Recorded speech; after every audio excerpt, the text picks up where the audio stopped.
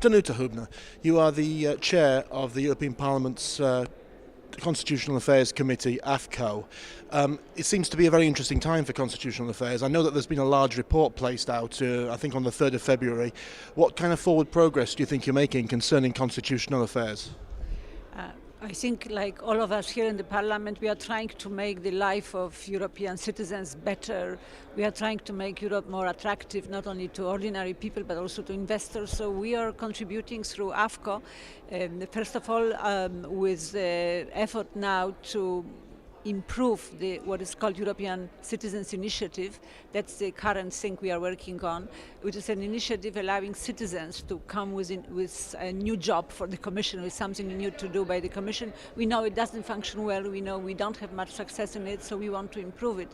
But the big thing is what you mentioned, is really looking into the current treaties to see whether we really fully use the potential that we have there, whether we can do more on common foreign and defense policy, whether we can do more on including citizens in running Europe, whether we can do more on involving national parliaments also in economic governance of the European Union. So we have a lot of meetings. We just had young people who told us last month during the meeting that they would like to have a European law that would allow those at age 16 already to vote, to participate in European elections. So we are doing things just to make Europe more digestible for citizens, more proud of Europe, but also to make it more efficient. That's very important.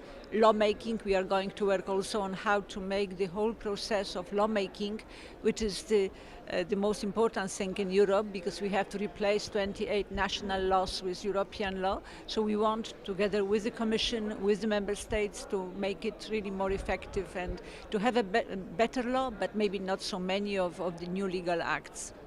You were talking about voting at the age of 16. Do you think that that's something that will come to pass across the EU? Well, I think it would certainly pass across the Parliament. I am not that sure about the Member States. We have very different tradition, we have very different approaches. We have many Member States where it is in the Constitution.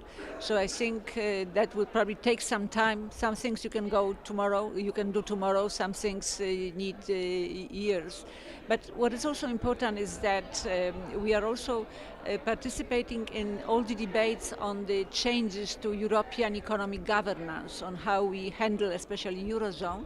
And for this we also need to take care of what we call accountability, so that all the decisions which are made by European institutions, including European Central Bank, which is absolutely crucial in this process, that we feel that all those decisions are really in line with people's will, and that we are also delivering what people are expecting from us. So we also look at how we are governed in Europe through this perspective.